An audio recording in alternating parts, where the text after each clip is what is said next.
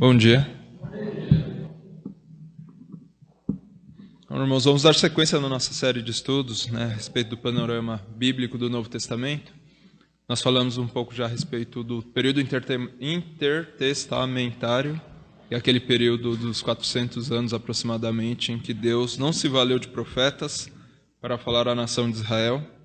Logo depois veio João o Batista, como mensageiro de Deus, enviado por Deus para preparar um povo bem disposto para o momento crucial, que não tem esse nome por acaso. Crucial vem de cruz, e tem a ver com a vinda, nascimento, morte e ressurreição de Jesus Cristo. Nós vamos falar hoje um pouco a respeito da infância de Jesus. Na realidade, não existem muitos relatos a respeito da infância de Jesus Cristo. Nós vamos ler algumas passagens lá em Lucas, os irmãos podem até abrir ali, porque Lucas é um dos evangelhos. Os evangelhos, eles contam a história de Jesus Cristo, é basicamente uma biografia de Jesus Cristo, falar a respeito do nascimento, da vida de Jesus, a sua morte e a sua ressurreição. Mas antes vamos orar mais uma vez, pedir a Deus que Ele possa nos conduzir nesse estudo. Pai amado, nós te louvamos, ó Deus, pela Tua misericórdia. Louvamos a Ti, Senhor, porque o Senhor é misericordioso em perdoar os nossos pecados. Queremos, ó Deus, manifestar o nosso arrependimento pelos pecados cometidos, ó Deus, e que possam, até este momento, ó Pai, não ter sido confessados, que eles possam ser agora, ó Pai, colocados diante de Ti, Senhor, e que nós possamos ter a confiança de que o sangue de Jesus Cristo perdoa todos os pecados, ó Pai.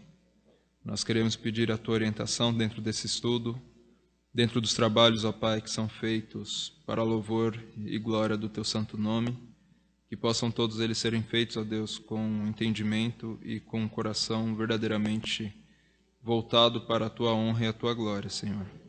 Quero Te pedir por cada um dos irmãos que estão aqui presentes, ó Deus, que o Senhor possa estar abençoando a vida de cada um, que o Senhor possa, ó Pai, nos instruir por meio da Tua palavra, Senhor. Nós nos regozijamos, ó Deus, quando nós aprendemos de Ti e nós conseguimos, ó Deus, pela força no Espírito Santo, mudar coisas nas nossas vidas, ó Senhor, que não são de acordo com a Tua vontade. E é por isso, ó Pai, que nós clamamos pela Tua intervenção através da Tua palavra em nossas vidas, para que não sejamos simplesmente ouvintes do Teu conselho, não sejamos apenas, ó Pai, admiradores daquilo que ficou relatado nas Escrituras, mas que nós possamos tomar parte no gozo e na alegria, ó Pai, demonstrada por todos aqueles que puderam presenciar o nascimento do Salvador, ó Pai. O Senhor deu testemunho nos céus, ó Pai, os homens testemunharam na terra, mas todos eles, ó Pai, através da Tua mão poderosa agindo por trás deles, Senhor. Muitos não o reconheceram, ó Deus, como o Salvador do mundo. Mas nós vemos também ali, ó Pai, a Sua mão operando. Porque o Senhor, ó Pai, manifestou Jesus Cristo de uma forma extraordinária, ó Deus. A Sua salvação, ó Pai, o Seu perdão, a Sua misericórdia são extraordinários. E que isso, ó Pai, possa realmente falar alto em nossos corações, ó Deus, para que nós possamos ser conduzidos em tudo, ó Deus, segundo o Teu desejo. Sempre em louvor, adoração, glórias ao Teu santo nome, porque sabemos que não procede bem nenhum de nós, mas tudo provém de Ti. Em nome de Jesus, ó Pai, que nós oramos e Te agradecemos. Amém. Então, os evangelhos, eles contam a história de Jesus Cristo. Nós só sabemos a respeito da salvação de Deus através dos evangelhos. O evangelho, ele revela de uma forma muito clara o meio que Deus preparou desde o Antigo Testamento para remir um povo seu, um povo que viva de acordo com as suas obras. Se nós não tivéssemos os evangelhos, nós teríamos as cartas paulinas, mas as cartas paulinas, elas estão profundamente assentadas sobre as verdades que estão descritas no evangelho. E o evangelho, ele lança luz sobre o Antigo Testamento, e aquelas passagens que por horas ou por vezes nós olhamos e não compreendemos dentro do Antigo Testamento, ela tem uma explicação lógica, uma explicação plausível, a explicação divina através do evangelho. Nós temos 4 livros no Novo Testamento, Mateus, Marcos, Lucas e João, que são chamados de os Evangelhos, né, por contar a história da vida de Jesus Cristo. Né, e Jesus Cristo, de fato, ele é o Evangelho. E dentro desses 3 livros nós temos, desses 4, 3 deles que são chamados de Evangelhos sinóticos, né, que é, na realidade, um panorama da biografia de Jesus Cristo. Aqueles que estão mais completos e que relatam os mesmos eventos dentro da vida de Jesus Cristo. O livro de João ele não é considerado sinótico porque ele é um livro mais de tratativa teológica e ele se ocupa mais em falar a respeito das 3 últimas semanas de vida de Jesus Cristo. Ele não fala muito a respeito do seu ministério como relata Mateus, Marcos e Lucas. Esses relatos dentro dos evangelhos é que nos guia dentro da palavra de Deus. Só que quando a gente fala a respeito da infância de Jesus Cristo, nós não temos muitos relatos dentro da própria palavra de Deus. Na realidade, não existe relato algum que possa ser considerado digno de confiança. A palavra de Deus ela não se ocupou em falar muito a respeito da infância de Jesus Cristo. O que mais perto chega disso é o Evangelho de Lucas. O Evangelho de Lucas, no capítulo 2, por exemplo, ele fala que Jesus Cristo, já com seus 12 anos de idade, ele foi até o templo, versículo 41. O versículo 41 diz assim: Ora, todos os anos iam seus pais a Jerusalém à festa da Páscoa. Jerusalém era aquela capital ali na Palestina, a capital religiosa, onde havia o grande templo construído por... não era mais o templo construído por Salomão, porque já havia sido destruído, ele havia sido reconstruído pelos judeus, que haviam recebido permissão para voltar da Babilônia.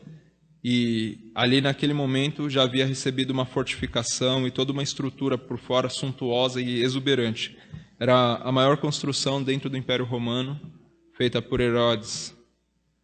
Ele fez aquela construção daquele grande templo e era esse templo que ele se refere aqui. Então era comum as pessoas subirem até Jerusalém para fazer adoração a Deus para a festividade das Páscoas. E assim faziam os pais de Jesus Cristo enquanto ele ainda era uma criança.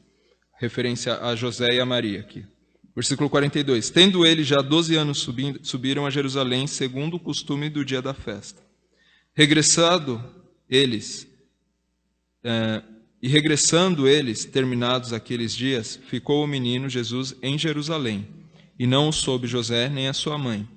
Pensando, porém, eles que viria de companhia pelo caminho, andaram o caminho de um dia e procuravam-no entre os parentes e conhecidos. E como não o encontraram, voltaram a Jerusalém em busca deles. Aqui é aquela velha, uma passagem bastante conhecida, né, e às vezes muito mal compreendida por muitos, porque como é que os pais esquecem o seu filho, né? Isso é comum, né? Nós temos alguns relatos aqui na igreja também. Parece que não é tão incomum assim. Mas o fato é que na época lá de Jesus Cristo era ainda mais comum isso acontecer pela forma como eles faziam as viagens. As viagens eram viagens longas, elas demoravam algum tempo, eles faziam majoritariamente a caminhada a pé, eventualmente em cima de algum animal de carga ou revezando entre os animais de carga. E crianças normalmente têm mais disposição e poderiam andar um pouco mais. Havia também uma forma de viagem que a história nos relata, que normalmente os homens eles se concentravam à frente daquele grupo de pessoas, era um grupo bastante grande de pessoas, e as mulheres ficavam mais atrás. Então ficava fácil de você perder o seu filho, porque você podia estar imaginando que estivesse com o seu marido, e o marido, por sua vez, pensando que estava com a esposa. Mas havia os momentos ali de checagem geral, de conferência, e eles perceberam que Jesus Cristo não estava, nem com um nem com o outro. E foi ver com os parentes mais próximos se Jesus Cristo, por acaso, estava ali com eles. E eles notaram que Jesus Cristo ainda não tinha regressado juntamente com eles para a cidade onde eles moravam. Versículo 46 diz: Aconteceu que passados 3 dias o acharam no templo assentados no meio dos doutores, ouvindo-os e interrogando-os. E todos os que o ouviam admiravam a sua inteligência e respostas. E quando o viram, maravilharam-se e disse-lhe sua mãe: Filho, por que fizeste assim para conosco? Eis que teu pai e eu, ansiosos, te procurávamos. E ele lhes disse: Por que é que me procuráreis? Não sabeis que me convém tratar dos negócios de meu pai? Irmãos, primeiro nós vemos aqui que houve de fato um certo desespero por parte de Maria e por parte de José. Eles colocam a palavra ansioso aqui. Mas imagina você ter perdido seu filho e você durante 3 dias procurar o seu filho e você não encontrar nem saber onde ele estava. E eles não desistiram de procurar por Jesus Cristo. Eles continuaram durante os 3 dias ali, naquela ansiedade, naquela aflição de espírito, na busca de encontrar o seu filho que havia sido perdido. E quando eles se deparam dentro do templo, eles veem Jesus Cristo assentado no meio dos doutores, ouvindo-os e interrogando-os. E as pessoas ali estavam todas admiradas, aqueles doutores, aqueles eclesiásticos, aquelas pessoas que eram conhecedoras da palavra de Deus, elas estavam surpreendidas com aquele pequeno prodígio que estava entre eles, porque eles ficavam maravilhados com a sua inteligência, eles se admiravam com as suas respostas. Jesus Cristo já se mostrava ali aos 12 anos de idade, fonte de profundo conhecimento das Escrituras. Ele já estava demonstrando ali que ele era diferenciado, não era uma criança comum. Assim como nós vamos ver mais os relatos do seu nascimento, que nós já até estudamos a respeito do nascimento de Jesus Cristo, mas da sua primeira infância, que já demonstram que Jesus Cristo já era aquele escolhido, o Filho de Deus, era o enviado de Deus. E aí no versículo 48, parece que Maria interpela Jesus Cristo, Eis que eu e teu pai ansiosos te procuramos, Ela viu e disse sua mãe, e ele disse para ela, por que é que me procuráveis? Não sabeis que me convém tratar dos negócios de meu pai? Versículo 50. E eles não compreenderam as palavras que lhes dizia. E desceu com eles e foi para Nazaré, e era-lhes sujeito. E sua mãe guardava no seu coração todas essas coisas. E crescia Jesus em sabedoria e em estatura, e em graça para com Deus e os homens. Nós vemos aqui então Jesus Cristo dando uma resposta aqui para Maria, que demonstra que ele sabia exatamente qual era o objetivo dele aqui em terra. Às vezes as pessoas elas falam a respeito de Jesus Cristo e pegam inclusive esse último versículo onde fala que Jesus Cristo crescia em sabedoria e estatura para dizer, assim como diz algumas seitas religiosas, que falam que Jesus Cristo na realidade era um homem comum até o seu batismo e depois do seu batismo ele foi revestido pelo poder do Espírito Santo de uma forma extraordinária e ele sim pôde remir pecado de homens, mas até então ele era um homem nascido como qualquer outro. E isso é uma inverdade. Isso aqui já mostra que Jesus Cristo ele já tinha o conhecimento a respeito da obra que ele veio a fazer. Ele sabia que os interesses do Pai, de Deus, eram os interesses pelo qual ele deveria zelar, os interesses pelo qual ele deveria zelar. E a resposta de Jesus Cristo aqui, ela não tem nada de malcriada, não tem nada de mal educada. Jesus Cristo, de fato, ele foi aquele filho que era o filho exemplo, porque a palavra de Deus ela nos ensina que Jesus Cristo, ele não teve pecado nenhum. E mais do que isso, Jesus Cristo era sujeito a Maria e a José, como fala aqui no versículo 51. Desceu com eles e foi para Nazaré e era-lhes sujeito. E a sua mãe guardava no seu coração todas essas coisas. Maria provavelmente não teve preocupações com Jesus Cristo durante a sua vida, no sentido de ele não fazer aquilo que lhe era pedido ou ele deixar de fazer alguma coisa que era correta. Ele fazia tudo que era certo e fazia tudo muito bem. Essa que é a realidade. Então, quando ela se deparou com a ausência de Jesus Cristo, de fato, era algo totalmente novo para ela.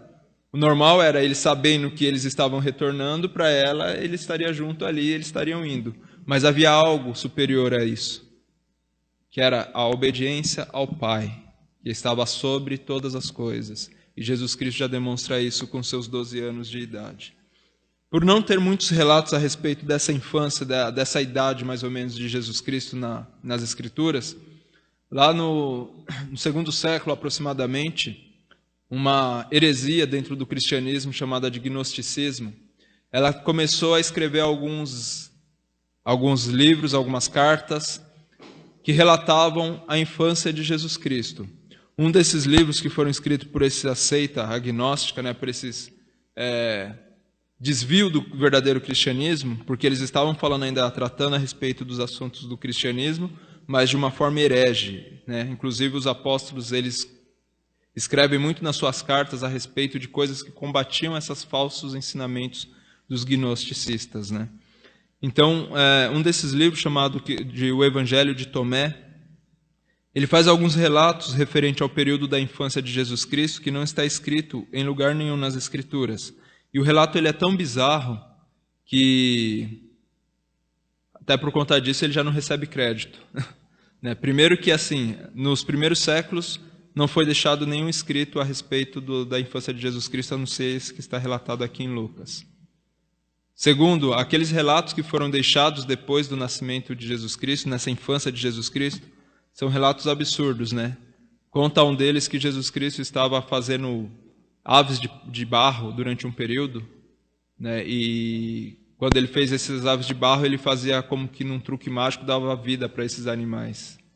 E isso não tem nenhuma referência bíblica que demonstre Jesus Cristo esbanjando seus poderes de uma forma tão sem sentido. Todos os milagres que Jesus Cristo fez na terra, ele estava ensinando algo mais, além de curar e além de alimentar pessoas. Ele estava sempre fazendo algo além, estava ensinando algo. Então, os gnósticos eles fizeram isso. O Evangelho de Lucas é bastante interessante, irmãos, porque ele na realidade ele não foi escrito por uma testemunha ocular. Não foi escrito por Lucas. Lucas ele não estava ali, ele não era um dos apóstolos que presenciou todos aqueles eventos, né? Nós vemos aqui no capítulo 1 de Lucas, no versículo 1 a 3, que Lucas, na verdade, ele era um médico, mas um historiador, né, que estava relatando os fatos que haviam acontecido na época de Jesus Cristo. Lucas, capítulo 1, versículo 1. Tendo, pois, muitos empreendido por pôr em ordem a narração dos fatos que entre nós se cumpriram, segundo nos transmitiram os mesmos que os presenciaram desde o princípio e foram ministros da palavra. Pareceu-me também a mim conveniente descrevê-los a ti, ó excelente Teófilo, por sua ordem, havendo-me já informado minuciosamente que de tudo desde o princípio, para que conheças a certeza das coisas de que já estás informado. Ou seja, dentro dessa passagem aqui, nós vemos o Lucas fazendo um relato para o Teófilo, na realidade que ele estava falando daqueles acontecimentos que estavam fervendo dentro da sociedade ali a qual eles estavam inseridos. E nós vemos que Lucas, ele quis colocar em ordem a narração dos fatos que entre nós se cumpriram, ou seja, o nascimento, vida e morte de Jesus Cristo, que estava na boca de todas as pessoas e todo mundo estava vendo o cristianismo, a expansão, e de todo lugar se falava a respeito dos nazarenos. Ele queria fazer com que todas as pessoas, ele organizou de tal forma para que esse Teófilo pudesse receber um trabalho onde tivesse relatado a suma das coisas. Na tradição hebraica disse que Lucas ele entrevistou Maria, e de fato isso faz todo sentido, porque nós vemos aqui muitos relatos que somente Maria poderia ter passado a ele, com relação, por exemplo, às questões da infância de Jesus Cristo, como nós lemos no capítulo 12. Talvez José, mas mais provavelmente Maria. E nós vemos bastante proeminência de Maria dentro do livro de Lucas. A gente vê a perspectiva até da genealogia falando a respeito de Maria, né? Diferente, por exemplo, lá de Mateus, que vai e traz até José. Então nós vemos aqui Lucas se encarregando de falar com as pessoas que presenciaram os fatos que aqui estão descritos. E ele colocou em ordem tudo isso de uma certa forma cronológica para que pudéssemos receber esses fatos nos dias de hoje.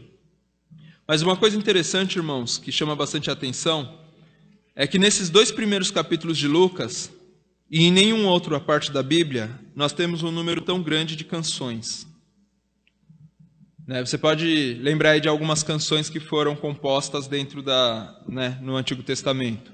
Você vai pegar, fora aqueles livros de cânticos que ali é a compilação, de cânticos agrupados, mas estou falando assim dentro de um curto período de tempo.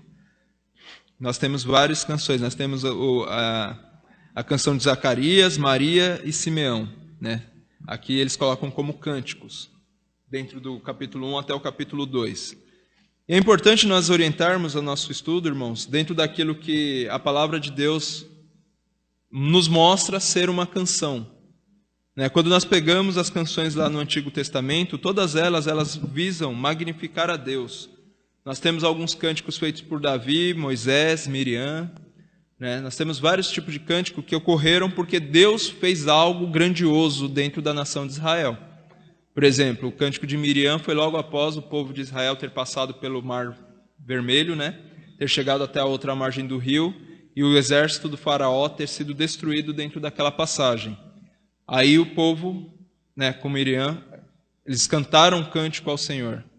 Fizeram um grande cântico ali onde eles exaltavam a Deus e eles manifestaram aquilo que eles estavam sentindo, aquele profundo desejo de gratidão interna que havia se rompido até eles externarem isso com palavras, né? Quando a gente fala em canção nos nossos dias, nós pensamos naturalmente em instrumentos musicais e essas coisas. Mas a canção ela não tem esse propósito, não é uma canção seguida de música. A questão da canção é que ela transmite uma verdade comovente, uma verdade interior, algo que aconteceu dentro do coração daqueles que presenciaram e puderam ver a mão poderosa de Deus agindo. Quando você espera por algo que Deus está por fazer, ou quando você está orando a Deus por algum problema, ou você está ansioso para que Deus resolva ou te tire de uma determinada situação, quando aquilo acontece na sua vida, você se regozija com Deus. Isso era expressado em forma de canção. Então nós deveríamos, inclusive, até memorizar algumas dessas canções, porque elas são muito belas, né? Nós vamos ver duas canções, irmãos. A primeira delas é a que está em Lucas, capítulo 1, versículo 46, que é o Cântico de Maria. É interessante nós observarmos também que lá em Apocalipse, nos últimos capítulos, fala que é dito lá que o seu povo cantará uma nova canção. Logo após a finalização dos tempos, Deus ter feito a justiça, ter julgado os ímpios, ter glorificado os salvos, ele fala que o seu povo cantará um novo cântico, né? Então, um cântico diferenciado, um cântico de exaltação a Deus por tudo aquilo que ele vai mostrar, né, a nós. Aqui no versículo 1, capítulo 1, versículo 46, vamos ler o 39 só para a gente contextualizar qual era o fato aqui. Naqueles dias, levantando-se Maria, foi apressada das montanhas a uma cidade de Judá. E entrou em casa de Zacarias e saudou a Isabel. Aconteceu que, ao ouvir Isabel a saudação de Maria, a criancinha saltou no seu ventre, e Isabel foi cheia do Espírito Santo. Isabel, prima de Maria, ela estava grávida de João Batista com 6 meses de gestação nessa altura. Maria havia recebido aquela revelação do anjo e disse que Isabel estava grávida. Maria vai até a cidade onde Isabel estava. Aqui fala que ela chegou lá depois de 6 meses, né? Mas não diz o momento exato em que ela saiu da casa dela. Ela chega lá e quando ela saúda Isabel, a criança no ventre de Isabel, cheia do Espírito Santo. A criança no ventre de Isabel pulou, e aí Isabel foi receber Maria, cheia do Espírito Santo, e exclamou com grande voz, e disse: Bendita és tu entre as mulheres, e bendito o fruto do teu ventre. E de onde me provém isso a mim? Que venha visitar-me a mim, a mãe do meu Senhor. Pois eis que ao chegar aos meus ouvidos a voz da tua saudação, a criancinha saltou de alegria no meu ventre. Bem-aventurada a que creu, pois hão de cumprir-se as coisas que da parte do Senhor lhe foram ditas. E aí começa aqui o Cântico de Maria. Diz assim: Disse então Maria: A minha alma engrandece ao Senhor, e o meu espírito se alegra em Deus meu Salvador, porque atentou na baixeza de sua serva. Pois eis que desde agora todas as gerações me chamarão de bem-aventurada. Porque me fez grandes coisas o poderoso, e santo é o seu nome, e a sua misericórdia de geração em geração, sobre os que o temem. Com o seu braço agiu valorosamente, dissipou os soberbos no pensamento de seu coração. Depôs dos tronos os poderosos, e elevou os humildes. Encheu de bem os famintos, e despediu vazio os ricos. Auxiliou a Israel seu servo, recordando-se da sua misericórdia, como falou a nossos pais, para com Abraão e a sua posteridade para sempre. E Maria ficou com ela quase 3 meses e depois voltou para sua casa. Então nós vemos aqui, irmãos, uma canção que é uma expressão daquilo que Deus havia revelado desde o Antigo Testamento e que havia se cumprido nos dias de Maria. Esse daqui é um fato, irmãos, que demonstra, nós estudamos da última vez a respeito do nascimento de Jesus Cristo, e nós meditamos um pouco a respeito de que tipo de saudação seria aquela que o anjo havia saudado Maria, né?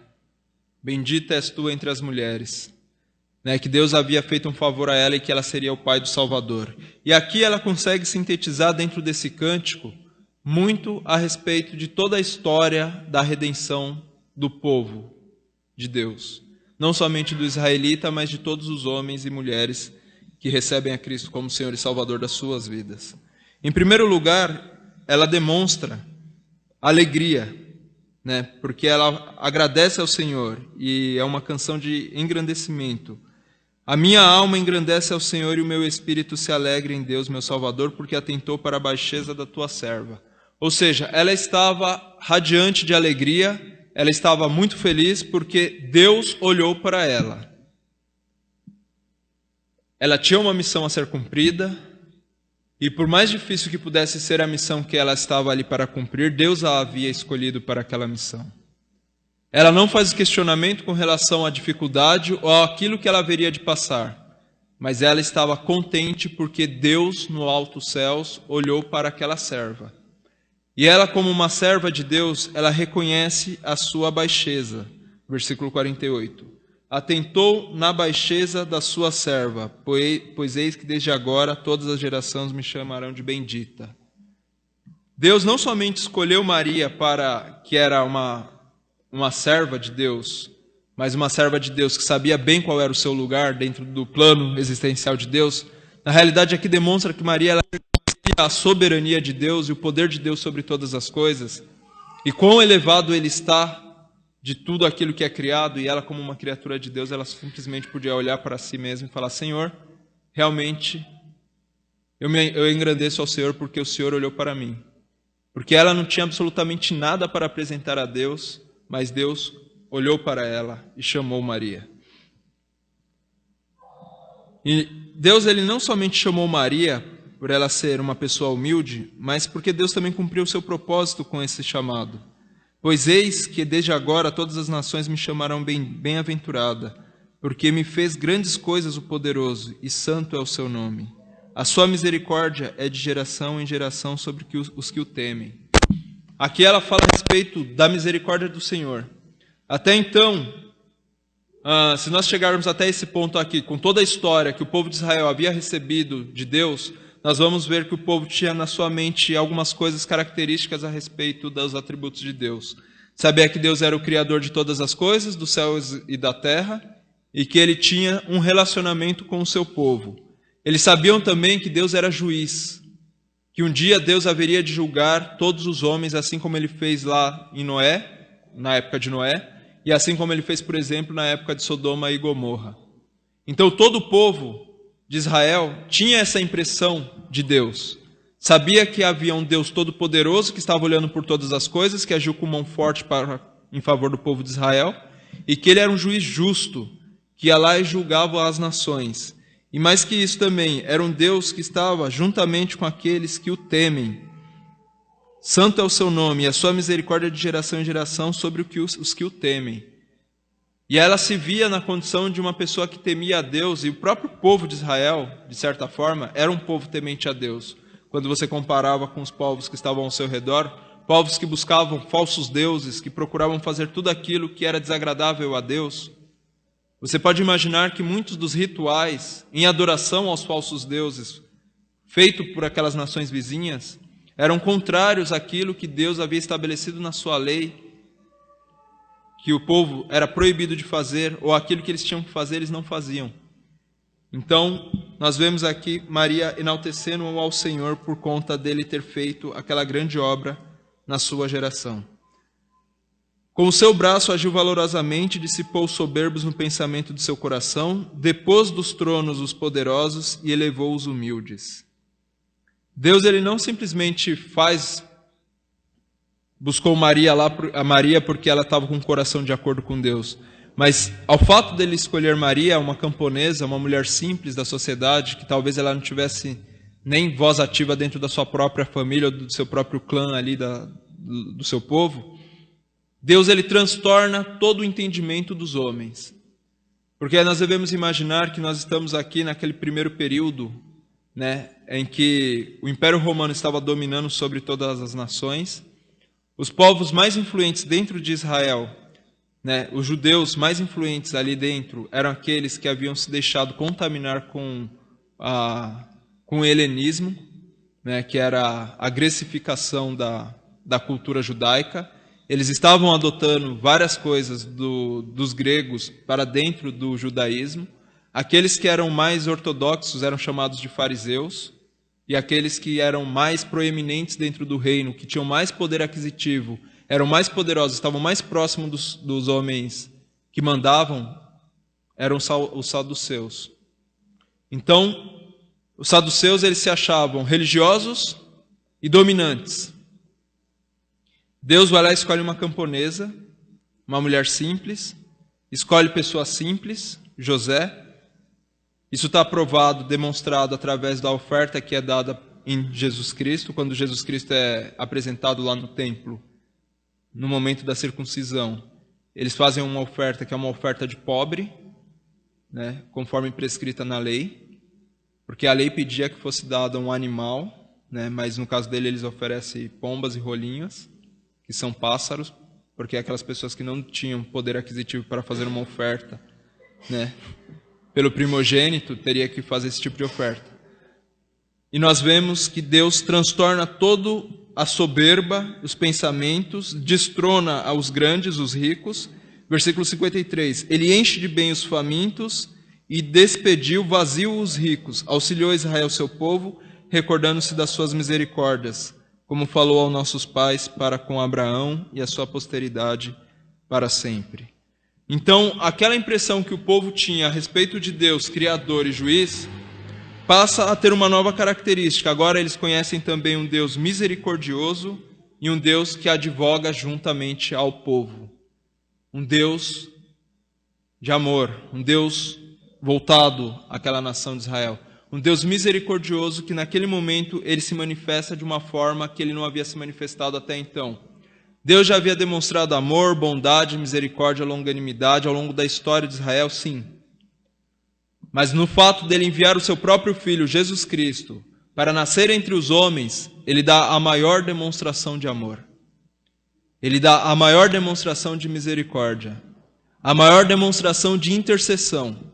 É a maior demonstração de envolvimento com as criaturas. Porque ele deu de si mesmo. Ele não mandou um juiz, ele não mandou um profeta, ele não pegou um homem que tinha algumas características morais que aos olhos de outros homens eram boas e falou assim, você agora vai ser o meu representante aí na terra. Não, ele mesmo se fez homem e andou entre os homens. E se destituiu de toda a sua glória. Ele foi para a família do carpinteiro, aquele pobre homem com a sua pobre mulher, e ali nasceu o Redentor do mundo. Deus muda as coisas. Ele faz com que as pessoas olhem para Cristo e possam enxergar esse transtornar dos fatos. Gostaria de convidar a todos que abrissem lá em 1 Coríntios, no capítulo 1, que fala a respeito, corrobora com essa ideia de que Deus busca o simples para que não haja exaltação diante dele. Capítulo 26. Porque vede, irmãos, a vossa vocação, que não são muitos os sábios, segundo os poderosos, nem muito os nobres que são chamados. Mas Deus escolheu coisas loucas para confundir as sábias. Deus escolheu as coisas fracas deste mundo para confundir as fortes.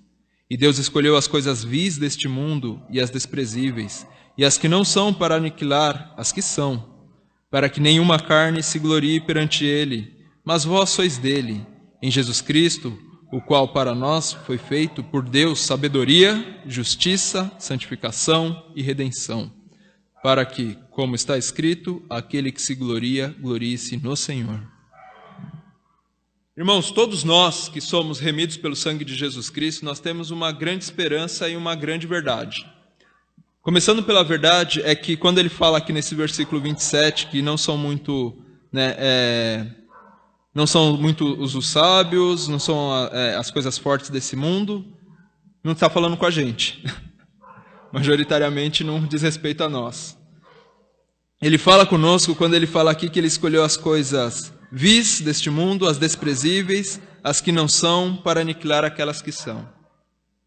Ou seja, ele não escolheu aquelas pessoas também que são sábias, segundo os rudimentos desse mundo, pessoas que são justas, segundo o conselho do mundo, ou pessoas que buscam santificação segundo seus próprios preceitos ou suas próprias ordens. Por exemplo, os fariseus eles tinham o costume de pegar a lei e transformar aquela lei em algo prático que pudesse ser realizado por eles, para que eles pudessem se auto-justificar. Como que eles faziam isso? Se a lei falava que eles não poderiam se alimentar de determinado tipo, que eles não poderiam, por exemplo, um exemplo bastante clássico, que Israel não poderia comer carne de porco, e não poderia haver animais imundos na Terra Santa. Então o que eles fazem? Eles colocam um estrado para que o animal não contamine o solo, mas eles continuam criando animais e continuam vendendo esses animais para outras nações. Isso aí seria uma hipocrisia. É uma forma de você tentar burlar a lei. Pessoas que buscam a sua própria santificação e pessoas que através do seu próprio esforço buscam a sua redenção. Ou seja, através das suas obras, você se coloca diante de Deus como merecedor da salvação. Como se as nossas obras não fossem consideradas trapos de imundícia, conforme Deus diz lá em Isaías. Como se as nossas obras, por melhores que elas possam ser, elas pudessem ser comparadas à bondade de Deus. Nada disso salva absolutamente ninguém. Deus escolheu as coisas fracas, as desprezíveis, para aniquilar aquelas que são. As que são era essa forma de pensamento. A forma de pensamento que era vigente na época de Jesus Cristo era a forma de pensamento que é vigente nos nossos dias. As pessoas acham que conseguem alcançar a salvação por fazer alguma coisa.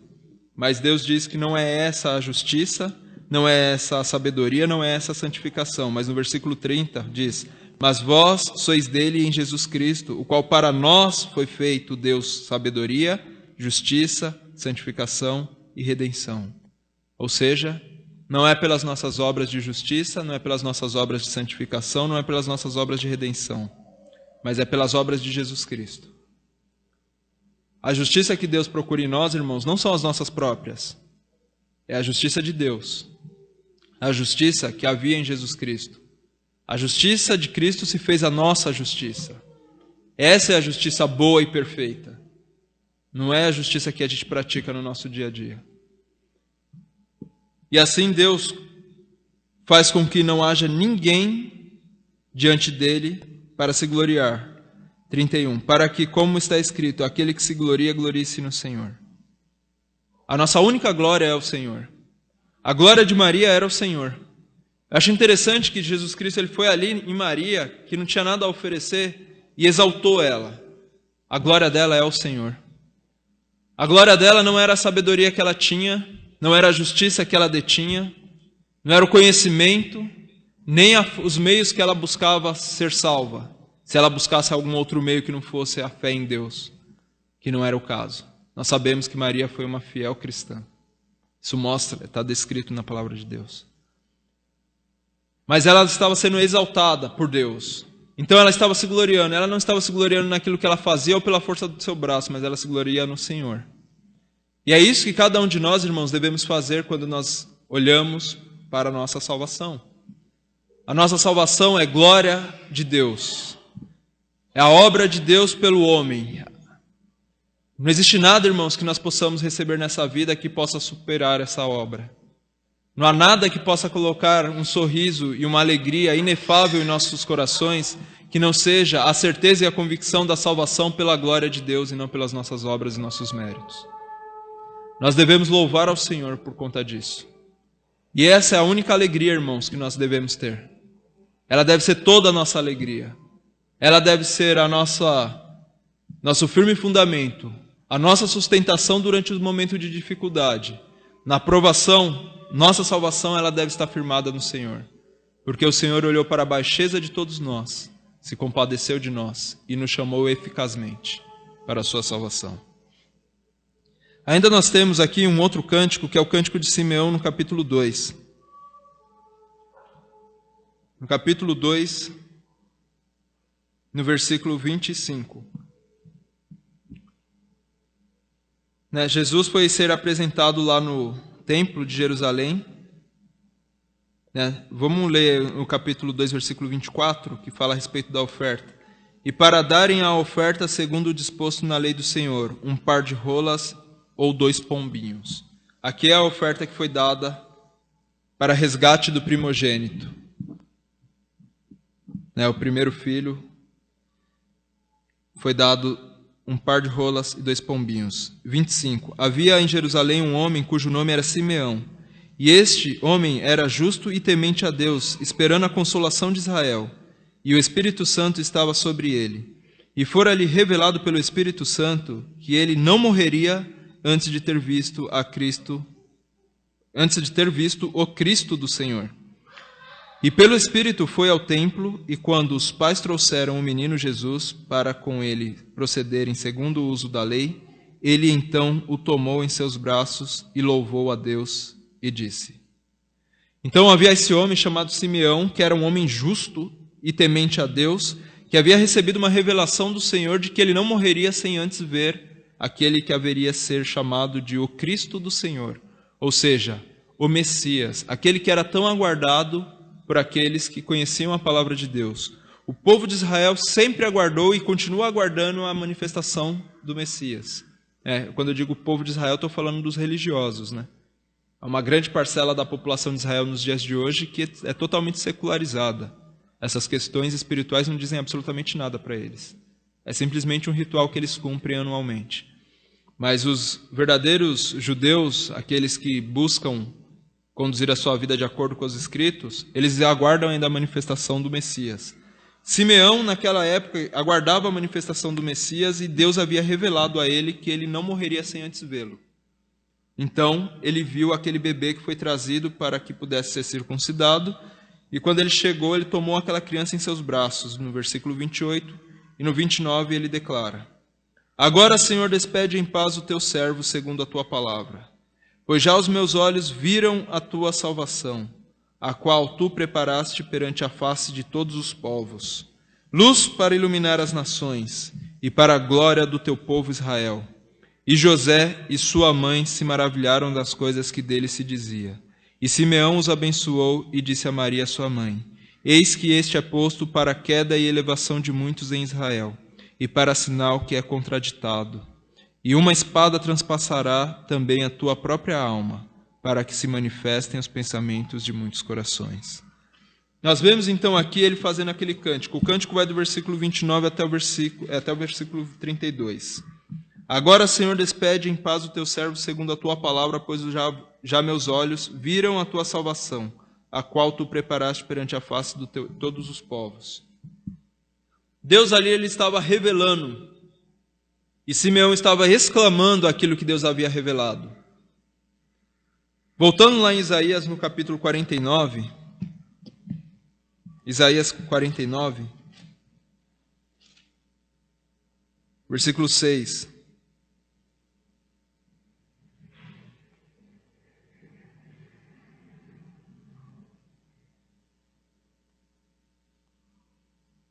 Isaías 49, 6. Disse mais: Pouco é que sejas o meu povo, para restaurares as tribos de Jacó, e tornares a trazer os preservados de Israel. Também te dei para a luz dos gentios, para seres a minha salvação, até a extremidade da terra. Assim diz o Senhor, o Redentor de Israel, seu santo, a alma desprezada ao que a nação abomina, ao servo dos que dominam. Os reis o verão e se levantarão, como também os príncipes, e eles diante de ti se inclinarão por amor do Senhor, que é fiel, e do Santo de Israel, que te escolheu. Então nós vemos aqui nessa passagem, principalmente aqui no versículo 6, a respeito da salvação até a extremidade da terra. Ele fala que dei para a luz dos gentios. Quando faz ali uma profecia a respeito da vinda do Messias, ele fala que Jesus Cristo ele viria para ser luz para muitas nações, como diz aqui no versículo 32 de Lucas capítulo 2. luz para iluminar as nações e para a glória do teu povo Israel. Então Jesus Cristo ele se manifesta naquele exato momento, naquele exato momento que eu digo, naquele período de tempo do seu nascimento, da sua vida e da sua morte. Ali se completa tudo aquilo que havia sido profetizado por Deus através dos santos profetas, através das revelações em cânticos, em sinais e em figuras do Antigo Testamento. Jesus Cristo estava ali, ainda um bebê, mas Simeão já havia sido inspirado pelo Espírito Santo, já havia recebido de Deus mesmo a revelação de que ele veria o Salvador, e ele fez essa confissão que colocava ali naquele momento um ponto de separação, e mostrando àqueles que estavam ao redor que aquele era o Messias, o Salvador. É interessante nós observarmos, irmãos, que aqui no versículo 40, também do capítulo 2, diz assim: o menino crescia e se fortalecia em espírito, cheio de sabedoria, e a graça de Deus estava sobre ele. Mostra aqui, tanto no capítulo 40, quanto no versículo 52, desculpa, eu estou falando de Lucas, capítulo 2, versículo 40 e 52. E crescia Jesus em sabedoria e em estatura, e em graça para com Deus e os homens. Todos aqueles fatos estavam acontecendo, O menino havia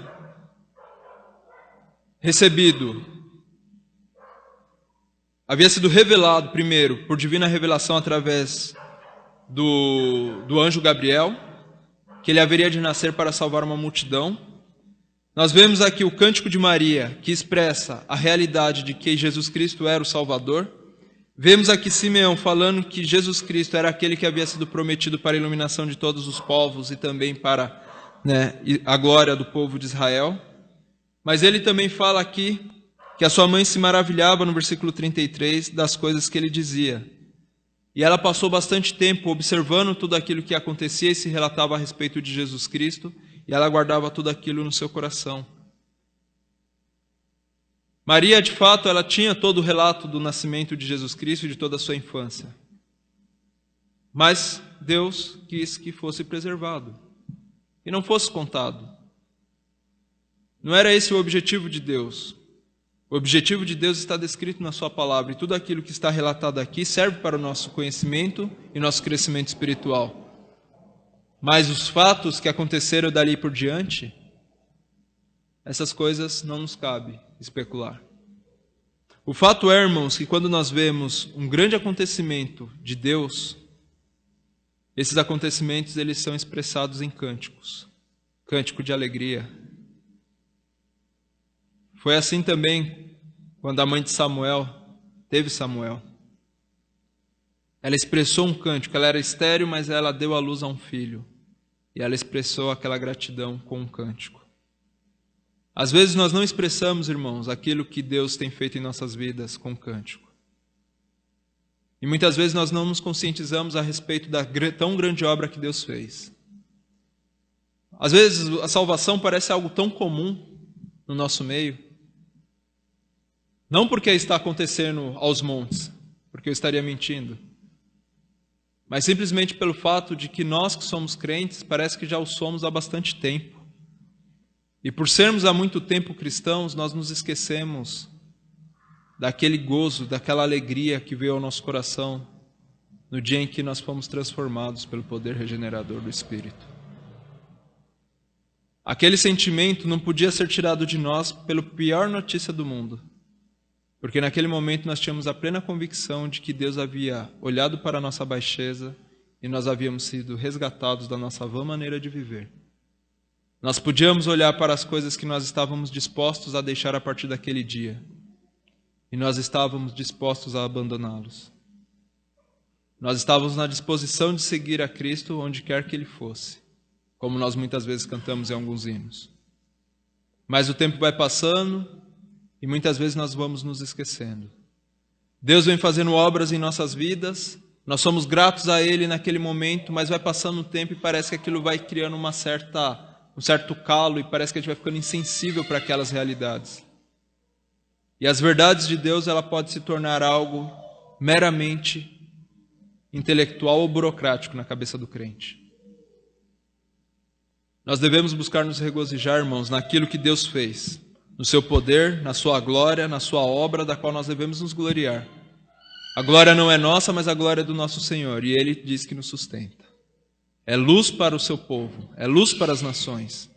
Se nós estamos tropeçando é porque nós não estamos buscando ainda andar de acordo com a vontade de Deus. Porque Ele é luz para os nossos pés, luz para os nossos caminhos. E nós devemos nos regozijar com aquilo que Deus tem feito por nós. Tudo aquilo que Ele já fez está relatado há 2000 anos atrás. Só que o benefício desses 2000 anos permanece para sempre. Vamos ficar em pé, irmãos, e orar mais uma vez.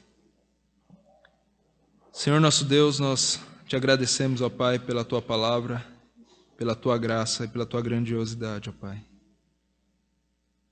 O Senhor sendo soberano, ó Pai, o Senhor olhou para a nossa baixeza e o Senhor nos resgatou da nossa vã maneira de viver. Senhor, alimenta o nosso espírito, ó Pai. Alimenta as nossas mentes, Senhor, com alimento saudável que provém de Ti, e que esse possa ser o alimento mais desejado por cada um de nós. Nos fortalece para vivermos vidas, ó Pai, que glorificam Teu santo nome.